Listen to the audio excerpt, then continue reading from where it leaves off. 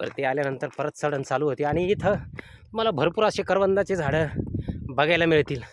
आणि आता फुलं लागलेले बघू शकता करवंदाला. आणि आता उन्हाळा लागला म्हणजे याला हे बा छोटे छोटे करवंद आलेले बघू शकता. हा निसर्गाचा खऱ्या अर्थाने असणारा ठेवा. हे गडकोट किल्ल्यांवरती छत्रपती शिवाजी महाराजांनी आणि आमच्या रणमर्द मावळ्यांनी जे किल्ले लढवले ना, याची खरी खासियत हा निसर्गाचा असणारा मेवा. तुम्ही बघू शकता हा निसर्गाचा मेवा. या प्रत्येक गडकोट किल्ल्यांवरती निसर्गाचा मेवा आणि निसर्गाचा ठेवा. हा हा काही बातच न्यारी. म्हणून छत्रपती शिवाजी महाराजांनी आणि मावळ्यांनी किल्ले हे जे लढवले हे ह्याच बाळावरती. आता आपण बघू शकता छोटे छोटे डोंगरची काळी मैना या ठिकाणी प्रत्येक फळाला लागलेले. एखाद्या किल्ल्यावरती जरी आक्रमण झालं तर किल्ल्यावरती असणाऱ्या डोंगरच्या काळ्या मैना असतील आणि इतरही फळं देणारे झाडं असतील, त्याच्या माध्यमातून मावळे या ठिकाणी लढायचे. आणि खऱ्या अर्थानं ही संपत्ती निसर्गाची आपण जपली पाहिजे, निसर्ग जपला पाहिजे. निसर्ग जपणं फार गरजेचं आहे. पण हल्लीच्या काळामध्ये आपण निसर्गाकडे दुर्लक्ष करतो.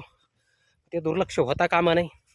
वृक्षवल्ले आम्हा सोयरे वनचरे, ते सोयरे वनचरे आपल्याला राहिले नाही. आता आपण वृक्षतोडीकडे ठिकाणी वळले. पण प्रशासनाने भरपूर असे चांगले पावलं उचलून आपले जंगल आपले निसर्ग वाचवण्याचं काम या ठिकाणी सरकार करतं आहे.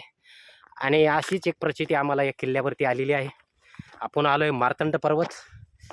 अतिशय देखणा सुबक. हे जे दिसतात आपल्याला कोरडं, तुम्हाला सांगतो पावसाळ्यामध्ये हेच एखाद्या नदीचं स्वरूप घेतो हे. आणि पाणी वाहत वाहत खाली जातं. खाली आपण बघू शकता खालच्या बाजूला बऱ्याच मोठ्या प्रमाणावरती तळ्याचं स्वरूप धारण केलेलं बघू शकता. हे बघा, हे जे पाणी जातं ना वाहत, हे पाणी इकडं वाहत जातं आणि ते पाणी वाहत जाऊन त्या ठिकाणी मिळतं या अशा तलावांना, अशा धरणांना. आणि हेच तलाव आपल्याला वर्षभर जगण्याकरता नवीन प्रेरणा देतं. म्हणून हे असे व्हिडिओ आम्ही आपणाकरता घेऊन येत असतो आपल्या महाराष्ट्र दर्शन चॅनलवरती. चॅनलवर नवीन असाल तर एक तर लाईक बनतोच. एक लाईक, एक शेअर हे तुमचं आम्हाला प्रेरणा देतात. आणि ते तुम्ही निश्चितपणाने आम्हाला देणार आहात, यात काही हे नाही.